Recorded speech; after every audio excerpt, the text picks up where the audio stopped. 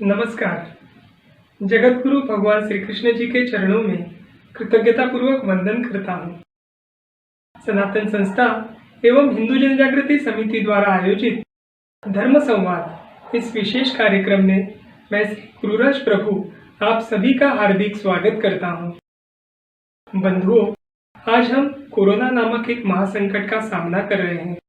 इस भयंकर महामारी पर आधुनिक विज्ञान दवाई ढूंढ रहा है, परंतु वर्तमान में अब तक कोई दवाई उपलब्ध नहीं है। ऐसे संकट काल की स्थिति में स्थिर रहने के लिए हमें केवल अध्यात्म ही मनोबल और आत्मबल दे सकता है, हमारा तनाव भी कम कर सकता है। अनेक देशों के डॉक्टर वर्तमान में योग, ध्यान इत्यादि के साथ साथ ओंकार का जप भी करने लगे हैं। आज संपूर्ण विश्व शांति के लिए भारत की ओर देख रहा है। ऐसे में अध्यात्म समझकर उसको जीवन में उतारना हमारे लिए महत्वपूर्ण है। इसी अध्यात्म की खोज करते हुए इस धर्म संवाद का आयोजन किया है। अभी तक हमने वर्तमान आपातकाल के संदर्भ में इस धर्म संवाद में चर्चा की और इसी के साथ साथ अध्यात्म क्या है, सुख दुख क्या है, पितृदोष और वास्तुदोष इसका अर्थ क्या है और इसके ऊपर उपाय योजना क्या है, यह भी समझ के लिया। साथ ही साथ श्री रामनवमी और श्री हनुमान जयंती के विषय पर भी हमने धर्म संवाद में जानकारी प्राप्त की। हमने पिछले 2 दिनों से गुरु इस विषय पर धर्म संवाद आरंभ किया है। आज हम इसी विषय पर आगे बढ़ते हुए संवाद जारी रखेंगे। यह कार्यक्रम देखते हुए आपके मन में कुछ प्रश्न अवश्य आ सकते हैं। यह सभी प्रश्न आप कमेंट बॉक्स में लिखकर हम तक अवश्य पहुंचाएं। यह प्रश्न लिखते समय आप अपना नाम, आप किस शहर से हैं और किस राज्य से हैं यह भी अवश्य लिखें और यदि संभव हो तो आपका संपर्क सूत्र अर्थात मोबाइल नंबर भी वहाँ पर लिखने का प्रयास करें। हम आपकी सभी जिज्ञासाओं का, यहाँ पर शंकाओं का निरसन करने का यथासंभव प्रयास करेंगे। आज के इस धर्म संवाद के लिए हमारे साथ पूजनीय श्री नीलेश सिंघवाल जी उपस्थित हैं। मैं आपका हार्दिक स्वागत करता हूं। पूजनीय नीलेश सिंघवाल जी, आप समुद्री जहाज निर्मिती क्षेत्र के अभियंता हैं। आपने सनातन संस्था के मार्गदर्शन में साधना कर संत पद भी प्राप्त किया है, अर्थात आप आध्यात्मिक क्षेत्र के अधिकारी संत हैं। आप पिछले 21 वर्षों से पूर्णकालीन रूप से धर्म और अध्यात्म के प्रचार प्रसार के लिए निरंतर प्रवास में रहते हैं। आपका आध्यात्मिक क्षेत्र और सामाजिक क्षेत्र का अनुभव का लाभ हमें निश्चित होगा। आइए आज के इस धर्म संवाद को हम प्रारंभ करते हैं। पिछले 2 दिनों से धर्म संवाद में वर्तमान विज्ञान युग में गुरु की आवश्यकता यह समझने के लिए हमने गुरु इस विषय पर जनमानस के प्रश्नों का समझ कर लिया। आज के धर्म संवाद में हम गुरु मंत्र इस विषय पर मार्गदर्शन प्राप्त करेंगे। पूजनीय नीलेश जी, आपने हमें गुरु के विषय में विस्तार से बताया। गुरु दीक्षा क्या होती है और उसके प्रकार क्या होते हैं अलग अलग, ये भी बताया। लोगों के मन में एक बहुत बड़ी इच्छा होती है, जो साधना करते हैं उन्हें लगता है कि हमें गुरु मंत्र मिलना चाहिए। तो गुरु मंत्र का महत्व क्या है, यह आप हमें बताएं। गुरु मंत्र जो है वो किसी देवता का नाम या कोई मंत्र या कोई अंक अथवा शब्द होता है जो गुरु अपने शिष्य को जपने के लिए देते हैं। गुरु मंत्र के फलस्वरूप शिष्य अपने आध्यात्मिक उन्नति करता है और अंत में मोक्ष प्राप्ति करता है। वैसे गुरु मंत्र में जिस देवता का नाम होता है वही विशेष रूप से उस शिष्य की आध्यात्मिक प्रगति के लिए आवश्यक होते हैं। अभी एक सुंदर वचन है, गुरु मंत्रो मुखे यस्य तस्य सिद्धि न अन्यथा, गुरु लाभात सर्व लाभो गुरु हिंस्तु बालिशा। इसका अर्थ है, भगवान शिव जी पार्वती से कहते हैं कि जिनके मुख में गुरु मंत्र है उनको आदि दैविक, आदि भौतिक, आध्यात्मिक सर्व लाभ होते हैं। जिनको गुरु दीक्षा मिलती है और गुरु दीक्षा का मंत्र माला पर जप करते हुए सत्कर्म करते हैं, उसका फल 1000 गुना हो जाता है। जो गुरु मंत्र लेता है उसकी दुर्गति कभी नहीं होती है। एक छोटा उदाहरण मैं इसके लिए बताऊंगा। मूर्तिकार ने बनाई हुई कोई भी प्रतिमा जब तक मंत्रों के माध्यम से अभिमंत्रित नहीं हो जाती है, तब तक वो केवल एक प्रतिमा रह जाती है। मंत्रों सहित प्राण प्रतिष्ठा के बाद वही मूर्ति साक्षात ईश्वर के रूप में प्रतिष्ठित और पूजित हो जाती है। ठीक इसी प्रकार गुरु से गुरु मंत्र तथा दीक्षा पाकर हम सत्कर्म पथ पर चलने की योग्यता प्राप्त करते हैं। गुरु मंत्र का महत्व हमें समझकर लेना बहुत आवश्यक है। अधिकतर गुरु यही बताते हैं कि शिष्य को कौन सा नाम जप करना चाहिए, और अपने मनोवांछित देवता का जप करने की अपेक्षा गुरु के द्वारा दिए गए नाम का जो जप है वो श्रद्धा से करना चाहिए। और इसके कुछ कारण हैं। पहला कारण ये है कि अपनी प्रगति के लिए कौन सा नाम लेना चाहिए ये हमें ज्ञात नहीं होता है, ये केवल गुरु ही बताने में सक्षम होते हैं। दूसरा कारण ये है कि अपने मनोवांछित देवता का नाम लेने से केवल सात्विकता बढ़ाने में सहायता मिलती है, परंतु गुरु मंत्र के द्वारा गुरु मंत्र से निर्गुण तक पहुंचना ये संभव है, अर्थात त्रिगुणातीत हम हो सकते हैं। अर्थात अध्यात्म में आगे की प्रगति शीघ्र हो जाती है। और एक कारण है कि गुरु मंत्र में केवल अक्षर ही नहीं होते हैं, अपितु उसमें ज्ञान, उसमें चैतन्य एवं गुरु का आशीर्वाद भी होता है, इसलिए प्रगति शीघ्र हो जाती है। उस चैतन्य युक्त नाम को सबीज मंत्र अथवा दिव्य मंत्र भी कहा जाता है। उस बीज से फल प्राप्ति के लिए साधना करने आवश्यक है। गुरु पर श्रद्धा होने के कारण स्वयं द्वारा निर्धारित मंत्र की अपेक्षा गुरु ने दिया हुआ मंत्र जो है वह अधिक श्रद्धापूर्वक लिया जाता है। उसी प्रकार गुरु का स्मरण होने के साथ ही नाम जपने का स्मरण भी होता है, जिससे उसका जप अधिक किया जाता है। अपने मनोवांछित देवता का नाम जपने में कम या अधिक मात्रा में थोड़ा अहंभाव हो सकता है, परंतु गुरु का दिया हुआ नाम जपते समय अहंभाव नहीं रहता है। इन कारणों से हमारे मनोवांछित जप के स्थान पर हमें गुरु मंत्र का जप करना बहुत आवश्यक है। परंतु गुरु जीवन में नहीं आए हो तो जिस कुल में हमारा जन्म हुआ है उस कुल की कुल देवी या कुल देवता का नाम जप करना चाहिए। गुरु मंत्र मिलने के बाद भी उस व्यक्ति को गुरु मंत्र जपने के साथ अपनी आध्यात्मिक उन्नति के लिए सत सेवा, सत के लिए त्याग तथा सभी के प्रति निरपेक्ष प्रेम यानी प्रीति ये करना बहुत आवश्यक रहता है।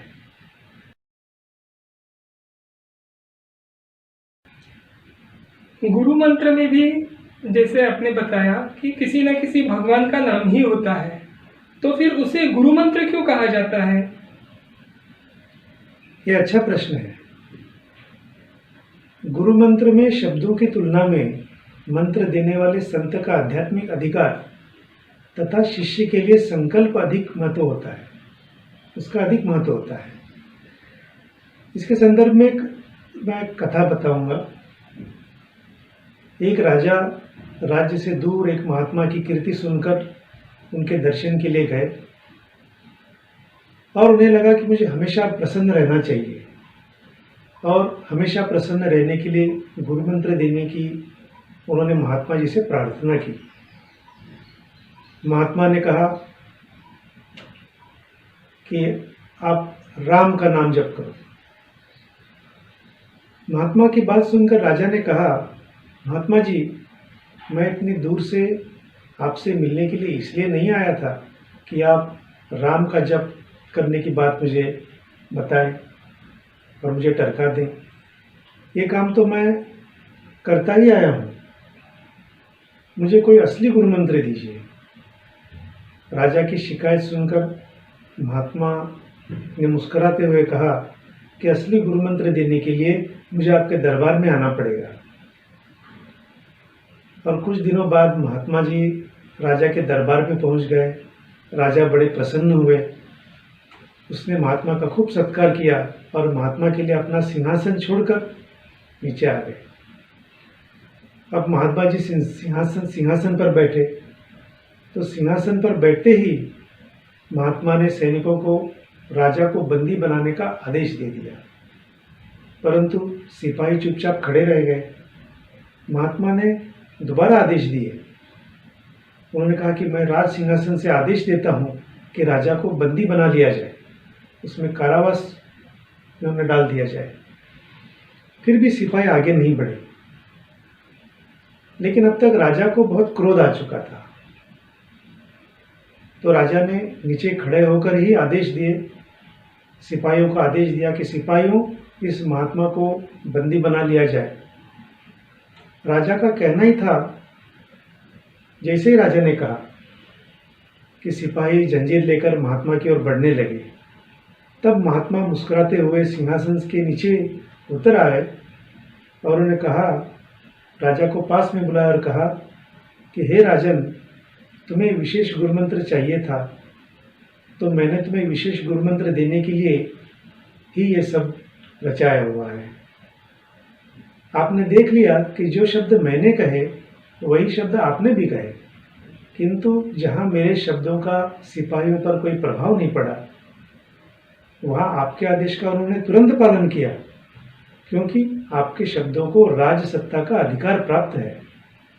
इस प्रसंग से महात्मा ने राजन को यह सिखाया और कहा कि शक्ति शब्दों में नहीं होती है, शब्दों का उच्चारण करने वाले में वो शक्ति होती है, उसके पीछे संकल्प करने वाले में होती है।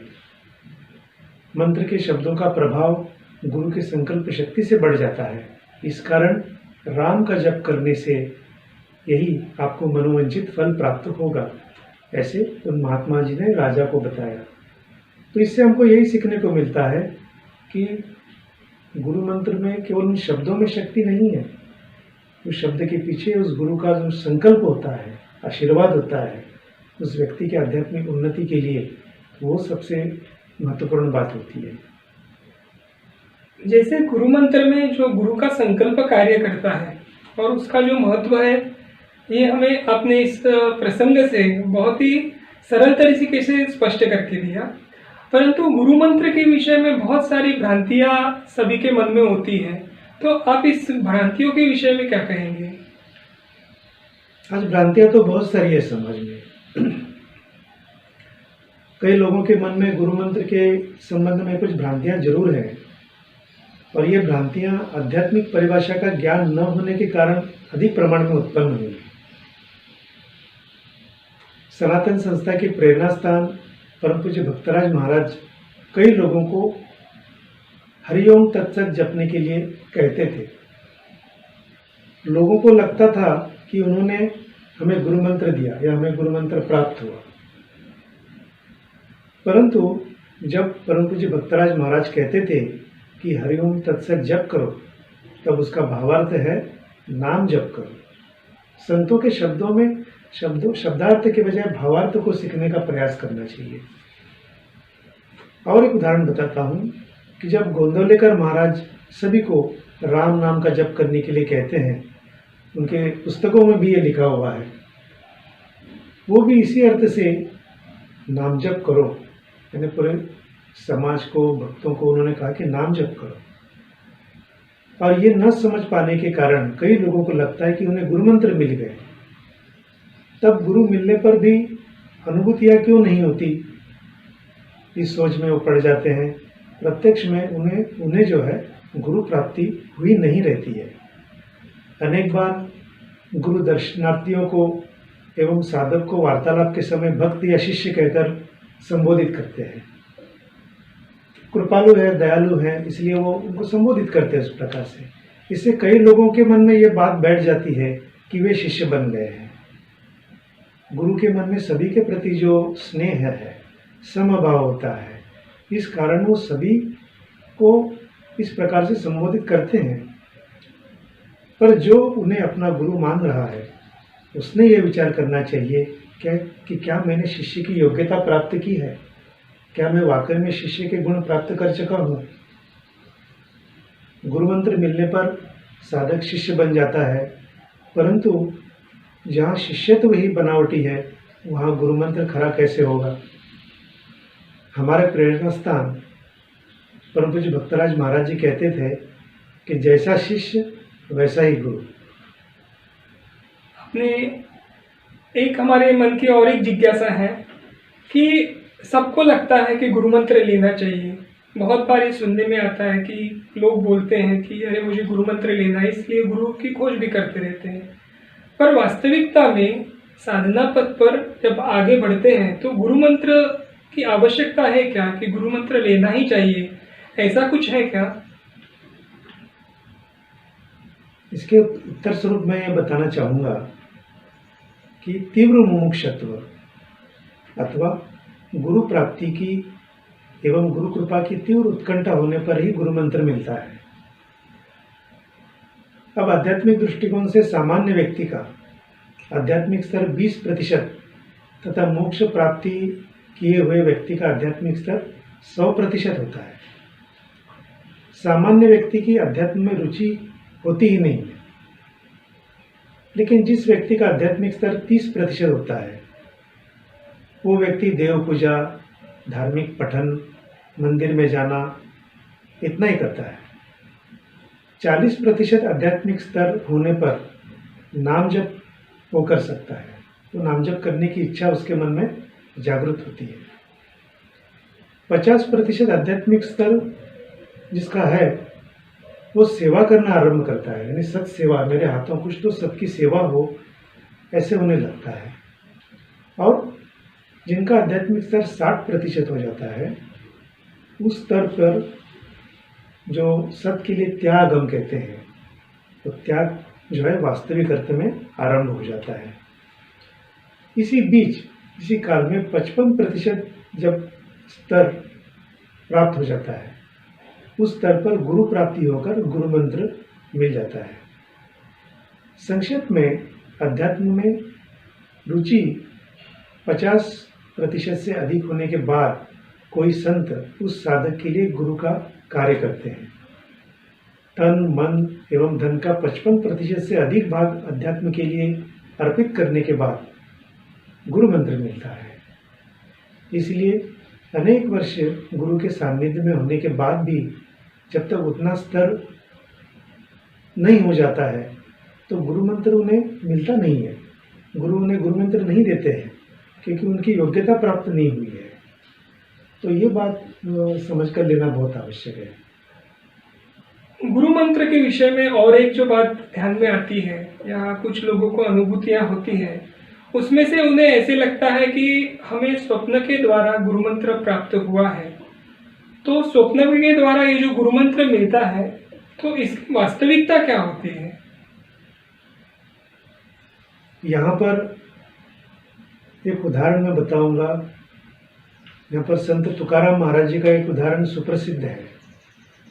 संत तुकाराम महाराज जी को स्वप्न दृष्टांत द्वारा उनके गुरु बाबा जी चैतन्य ने उनकी ओर से राम कृष्ण हरि गुरु मंत्र मिला था। जब गुरु मंत्र मिला तब गुरु देहधारी नहीं थे। स्वप्न के माध्यम से मिला मंत्र किस स्वरूप का है? मानसिक स्वरूप का, अर्थात इस न्याय के अनुसार जो मन में बसा वह स्वप्न में दिखा, इस प्रकार का है, अथवा आध्यात्मिक स्वरूप का अर्थात यथार्थ स्वप्न दृष्टांत है। ये समझने के लिए दो बातों पर ध्यान देना आवश्यक है।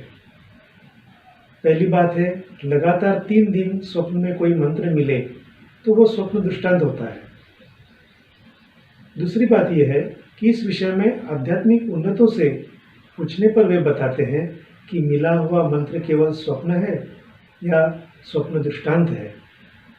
तो यहाँ पर एक महत्वपूर्ण बात यह है कि हमें कहीं ना कहीं तो आध्यात्मिक दृष्टिकोण से उन्नत व्यक्ति से पूछ के लेना एक बहुत महत्वपूर्ण बात बन जाती है। ये गुरु मंत्र के विषय में और एक समाज में ये होता है कि गुरु मंत्र की इतनी लालसा होती है कि अपनी साधना के लिए गुरु मंत्र आवश्यक है, तो इस दृष्टि से बहुत सारे लोगों का ये देखने में आता है कि गुरु के पास जाके या किसी संत के पास जाके वो खुद ही गुरु मंत्र मांग लेते हैं। तो ऐसे खुद ही गुरु मंत्र मांगना यह उचित है क्या? ये अनुचित है, क्योंकि किसी भी गुरु से गुरु मंत्र नहीं मांगना चाहिए। गुरु मंत्र ही क्या, अन्य किसी भी विषय का यदि कोई पात्र न हो तो गुरु उसे वो नहीं देते, एवं पात्र हुआ तो स्वयं ही देते भी हैं। कुछ लोग गुरु से निरंतर ही गुरु मंत्र की मांग ही करते रहते हैं। ऐसे भक्तों को गुरु मंत्र तो देते हैं, उसी प्रकार पैसे देकर जो गुरु मंत्र लिया जाता है वो भी एक आजकल चल रहा है, लेकिन ये सभी नाम मात्र के गुरु मंत्र होते हैं। तो ये बात समझ कर लेना आवश्यक है। गुरु के विषय में जैसे अभी हम ये देख रहे हैं और गुरु मंत्र के विषय में भी देख रहे हैं, तो अनेक लोग गुरु के शरण में स्वयं ही जाते हैं, क्योंकि गुरु की महत्ता, गुरु की आवश्यकता एक स्तर पर आने पर जब ध्यान में आती है तो स्वयं ही किसी न किसी गुरु की शरण में तो चले जाते हैं। और सभी को गुरु मंत्र गुरु तब देते हैं क्या, या उसकी योग्यता जांच के ही गुरु मंत्र दिया जाता है? इस विषय में निश्चित तौर पे ये क्या बात है, ये भी आप हमें बताने की कृपा करें। जरूर, अवश्य। इसमें जैसे मैंने पूर्व के कुछ प्रश्नों के संदर्भ में बताया था, योग्यता की जांच करने के बाद ही गुरु मंत्र दिया जाता है। एक उदाहरण बताता हूँ। एक बार एकनाथ महाराज के पास शिष्यत्व प्राप्त करने के लिए या उस उद्देश्य से एक व्यक्ति आया एवं उपदेश देने के लिए उन्होंने विनती की। लेकिन हमें ये समझना चाहिए कि जिस प्रकार उल्टे घड़े पर डाला हुआ पानी व्यर्थ जाता है, उसी प्रकार विषयों की आसक्ति से भरे हुए मन को दिया हुआ ज्ञान भी व्यर्थ जाता है। तो ये गृहस्थ जो संत एकनाथ महाराज जी के पास आए थे, उनके पड़ोसी ही थे और उनका उपहास करते थे। उसे उपदेश देने से उसका कोई उपयोग नहीं होगा, इसलिए टालते हुए जानबूझकर एकनाथ महाराज जी ने उन्हें ये कहकर टाल दिया, लौटा दिया कि आज का दिन अच्छा नहीं है, आप आगे उत्तम दिन देखकर मैं तुम्हें सूचित करूँगा। 2 वर्ष के उपरांत एक दिन पुनः वो गृहस्थ उपदेश दो कहते हुए हाथ धोकर उनके पीछे पड़ गए। तब एकनाथ महाराज ने उससे कहा कि कल सवेरे 8 बजे आओ। दूसरे दिन उन्होंने घर के सदस्यों से कहा, महाराज जी ने कहा कि तुम पूजा की सारी सिद्धता करो, केवल जल मत रखना। इतने में उपदेश लेने वाला गृहस्थ आया एवं एकनाथ महाराज जी के घर के चबूतरे पर पालथी मारकर आराम से बैठ गया। पूर्व में बताई योजना के अनुसार एकनाथ महाराज जी ने कहा कि आज इन लोगों को क्या हो गया है, पूजा की समस्त सामग्री रखी परंतु जल ही नहीं रखा। ऐसे उन्होंने वहीं पर बोल दिया। ऐसे कहकर वे लोटा लेकर अंदर बाहर करने लगे। एकनाथ महाराज बाहर आए तो वह गृहस्थ बोले, महाराज मुझे उपदेश कब देंगे? एक बार आप उपदेश दे दो तो मैं निश्चिंत होकर खेतों में जा सकूंगा। तो उस समय एकनाथ महाराज जी ने उन्हें कहा कि अरे तुम 2 वर्ष से उपदेश दो कहकर मेरे पीछे पड़े हो, परंतु पूजा के लिए जल चाहिए और मैं लोटा लेकर कब से भीतर बाहर कर रहा हूँ। ये प्रत्यक्ष देखने के बाद भी तुम यह बोलने की क्षमता निर्माण नहीं कर पाए कि जल मैं लेकर आता हूँ। वास्तव में तुम शुचित वस्त्र पहने हुए थे, इसलिए तुरंत उठकर जल लेके आते तो अब तक तुम्हें उपदेश मिल भी जाता। लेकिन आलस्य के कारण एक 50 पग की दूरी से निःशुल्क जल भी नहीं ला सके, तो उपदेश लेकर गुरु की सेवा हेतु अपने काया, वाचा, मन और धन अर्पित करना तुम्हारे लिए कैसे संभव होगा? अभी भी तुमने उपदेश लेने की योग्यता और सिद्धता नहीं दिखाई देती है, इसलिए फिर आगे कभी देखेंगे। ऐसा बोलकर एकनाथ महाराज जी ने उसे वापस लौटा दिया। तो ये इस एक उदाहरण से हमें सीखने को मिलता है कि गुरु या संत जब गुरु मंत्र देते हैं तो उस शिष्य की, उस व्यक्ति की योग्यता को परखते हैं और बाद में उसको गुरु मंत्र दिया जाता है। गुरु मंत्र का ये शास्त्र आपने जो बताया, तो हमारे मन में एक प्रश्न भी आया, क्योंकि अनेक बार लोग अनेक संतों के पास जाते हैं और कभी कभार ऐसे ही भी होता है कि गुरु द्वारा ही शिष्य को अन्य गुरु के पास भेजा जाता है। तो इस प्रकार से जो भेजा जाता है उसका क्या कारण है? अवश्य, कुछ ऐसे उदाहरण विशिष्ट परिस्थिति में देखने के लिए जरूर मिलते हैं। यदि किसी शिष्य को ऐसा लगे कि अपने गुरु की अपेक्षा अन्य संत मेरे गुरु बने, तो गुरु तो अंतर्यामी होते हैं, उन्हें पता ही होता है, वो उस समय अपने शिष्य को दूसरे संत के पास, दूसरे गुरु के पास भेज देते हैं। और गुरु को भी लगे कि वे संत वास्तव में महान है, तब भी वे अपने शिष्य को उस संत के पास भेज देते हैं। दूसरे गुरु साधक के पूर्व जन्म के यदि उसके गुरु रहे हो, तो वर्तमान जन्म के गुरु शिष्य को उसके पूर्व गुरु के पास भेज देते हैं। ये भी एक कारण है। अब विशेष साधना हो जाने के बाद गुरु शिष्य को आगे की साधना के लिए उस मार्ग के योग्य गुरु के पास भी भेजते हैं।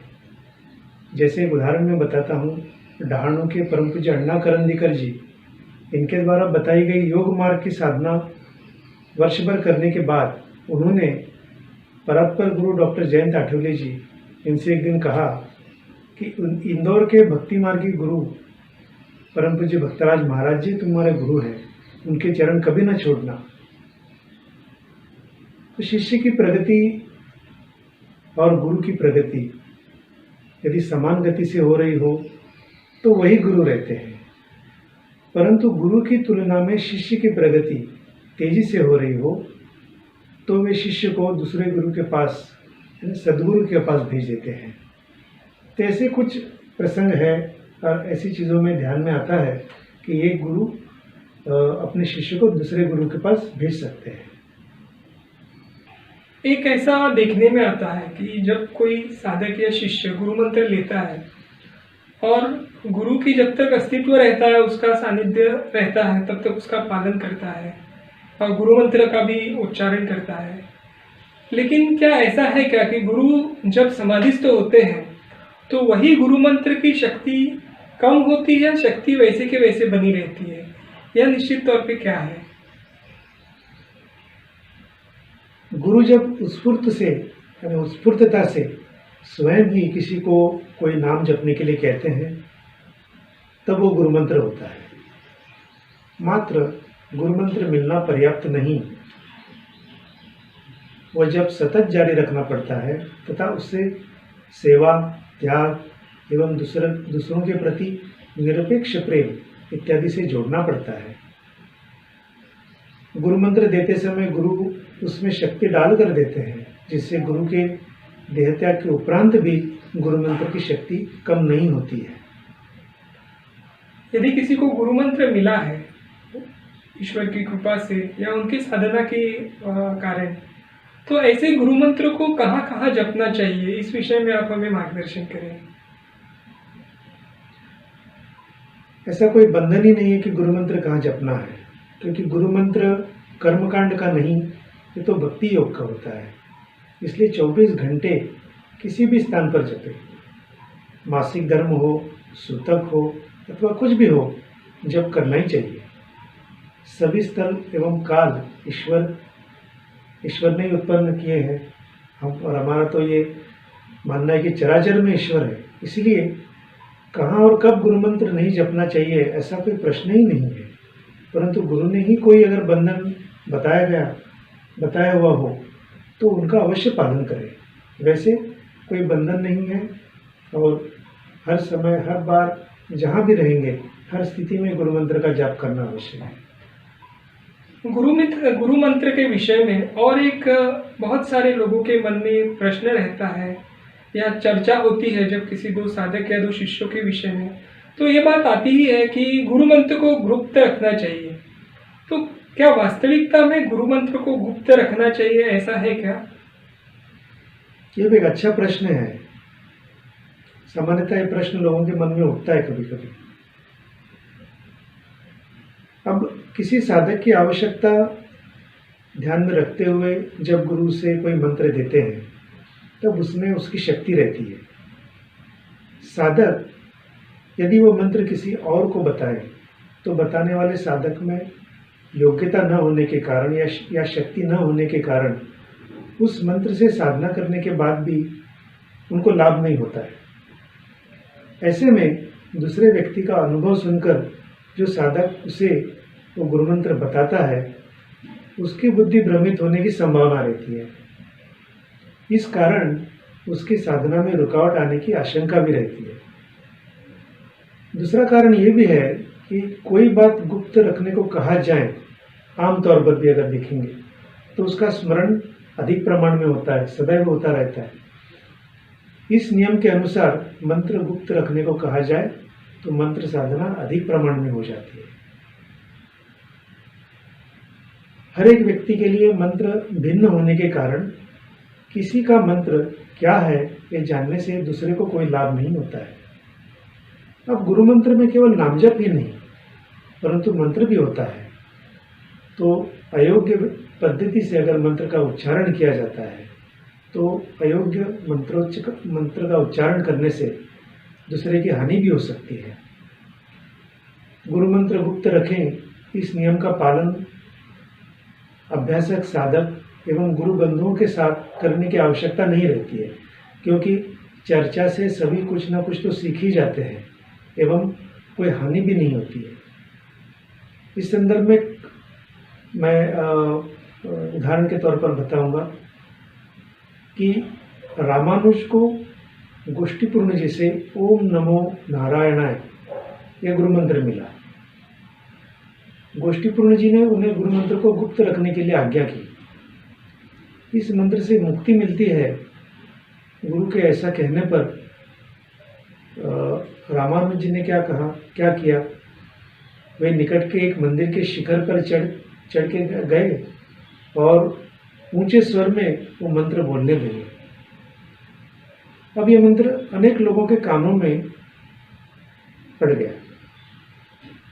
इस बात का पता लगने पर गोष्ठीपूर्ण जी अति क्रोधित हुए एवं उन्होंने रामानुज जी से कहा, तुमने गुरु आज्ञा का पालन नहीं किया, तुम्हें नरक में सड़ना पड़ेगा। इस पर रामानुज ने उत्तर दिया, आपकी कृपा से ये सर्व स्त्री पुरुष यदि मुक्ति प्राप्त कर लेंगे तो मैं नरक में आनंद से जाने के लिए सिद्ध हूँ, तैयार हूँ। तो ये उत्तर सुनकर गोष्ठीपूर्ण जी ने प्रसन्न होकर कहा, आज से विशिष्टाद्वैतवाद रामानुज दर्शन के अर्थात तुम्हारे नाम से जाना जाएगा। गुरु प्रसन्न हुए। तो ये भी एक कथा है। तो शिष्य की योग्यता के अनुसार भी ये चीज़ रहती है।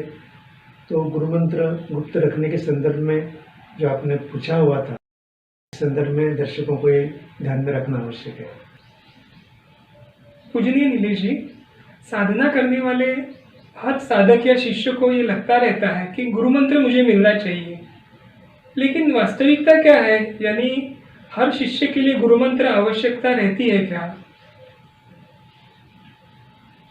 ऐसी आवश्यकता तो नहीं रहती है, क्योंकि शास्त्र के अनुसार साधना करने वाले के लिए गुरु मंत्र की आवश्यकता नहीं है। गुरु केवल देहधारी व्यक्तित्व नहीं, ये गुरु यानी ईश्वर का पृथ्वी पर अवतरित तत्व ही है। गुरु ने अध्यात्म शास्त्र बताया है, इसीलिए अध्यात्म शास्त्र के अनुसार साधना करने वाले को देहधारी गुरु की एवं गुरु मंत्र की आवश्यकता नहीं होती है। ऐसे साधक जिस देवता का नाम जप करते हैं वो देवता ही उनके लिए गुरु के समान होते हैं।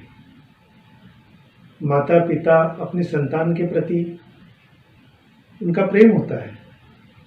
माता पिता एवं बेटे को ये बात एक दूसरे से कहनी नहीं पड़ती है। उसी प्रकार खरे गुरु शिष्य के नाते में शिष्य को ज्ञात होता है कि उस पर गुरु की कृपा तो है ही। गुरु को ये बात बतानी नहीं पड़ती है।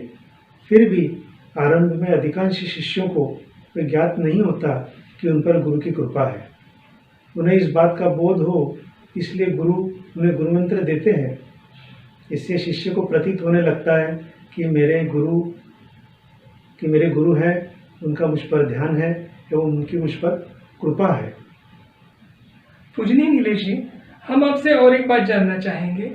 वो यह है कि गुरु मंत्र कई लोगों को मिलता है, तो गुरु मंत्र करने के लिए कोई नियमावली आवश्यक है क्या? और दूसरी बात जो हम इस विषय में गुरु मंत्र के विषय में जानना चाहेंगे वो है कि गुरु मंत्र का पूर्ण लाभ हमें हो, इसके लिए हमें क्या करना चाहिए? एक बहुत महत्वपूर्ण प्रश्न है। जो व्यक्ति कोई भी नाम ले रहा है या राम नाम का, प्रभु नाम का पूरा लाभ लेना चाहते हैं, तो उसे 10 दोषों से अवश्य बचना चाहिए। और ये 10 दोष नामापराध कहलाते हैं। और ये 10 नामापराध कौन से हैं, इस विषय में विचार सागर में आता है। पहला है सत्पुरुष की निंदा, दूसरा है असाधु पुरुष के आगे नाम की महिमा का कथन, तीसरा है विष्णु का शिव से भेद, चौथा शिव का विष्णु से भेद, पांचवा है श्रुति वाक्य में अश्रद्धा, छठवां है शास्त्र वाक्य में अश्रद्धा, सातवां गुरु वाक्य में अश्रद्धा, आठवां है नाम के विषय में अर्थवाद यानी महिमा की स्तुति, इसका भ्रम, नौवां है अनेक पापों को नष्ट करने वाला नाम मेरे पास है, ऐसे विश्वास से निषिद्ध कर्मों का आचरण और इसी विश्वास से विहित कर्मों का त्याग, और 10वां है अन्य धर्मों अथवा नामों के साथ भगवान के नाम की तुल्यता जानना। ये 10 नामापराध है। जिस प्रकार अस्वस्थता की स्थिति में केवल औषधि लेने से हम स्वस्थ नहीं हो सकते, तो औषधि के साथ साथ हमें परहेज भी तो करना पड़ता है। वैसे ही नाम जप का फल मिलता है, तो नाम जप करने वाले साधक को दोषों से बचना भी चाहिए। अन्यथा हम जप करते हैं परंतु लाभ नहीं हो रहा है, ऐसे कहकर हम नाम जप या गुरु को दोष नहीं दे सकते हैं। वास्तविकता यह है कि जिससे अयोग्य वर्तन होता है वही इसके लिए जिम्मेदार होता है। आज के इस विशेष धर्म संवाद में विज्ञान युग में गुरु की आवश्यकता, इस विषय के अंतर्गत आज हमने गुरु मंत्र इस विषय में विस्तृत रूप से चर्चा की और अनेक गुरु मंत्र से संबंधित जो सामान्य तौर पर लोगों के मन में जिज्ञासा रहती है या शंकाएं रहती है, ऐसे विषयों पर हमने चर्चा करके हमारी शंकाओं का समाधान करके लिया। हमारी शंकाओं का सभी समाधान करने के लिए हम पूजनीय नीलेश सिंह भाई जी का धन्यवाद करते हैं और सभी दर्शकों से आह्वान करते हैं कि आज का यह धर्म संवाद सुनते हुए, देखते हुए आपके मन में इन प्रश्नों के अलावा अन्य कोई प्रश्न भी यदि निर्माण हुए हो तो वह कमेंट बॉक्स में लिखकर आप हम तक अवश्य पहुंचाएं।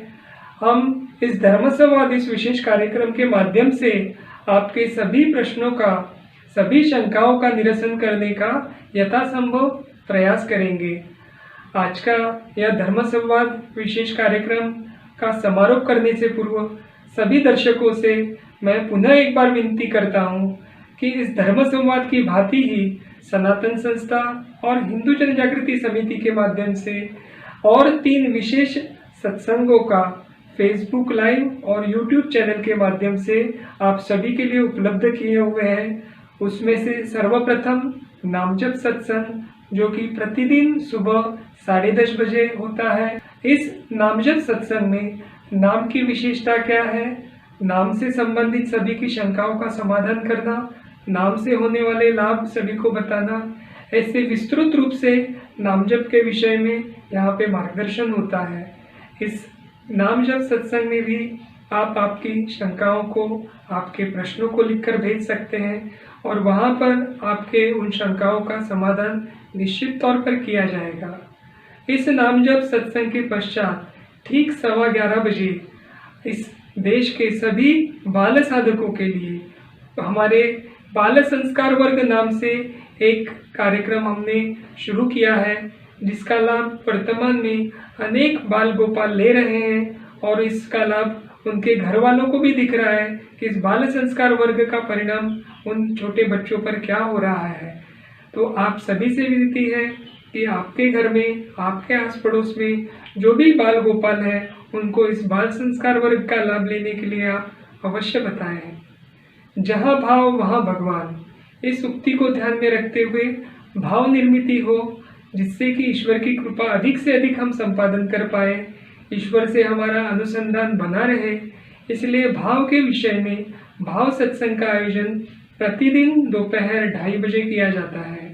इस भाव सत्संग में भाव के घटक कौन से हैं, भाव क्या है, नवविधा भक्ति क्या है, आदि विविध विषयों पर विस्तृत रूप से चर्चा की जाती है और देखने वाले दर्शकों की शंकाओं का समाधान भी किया जाता है।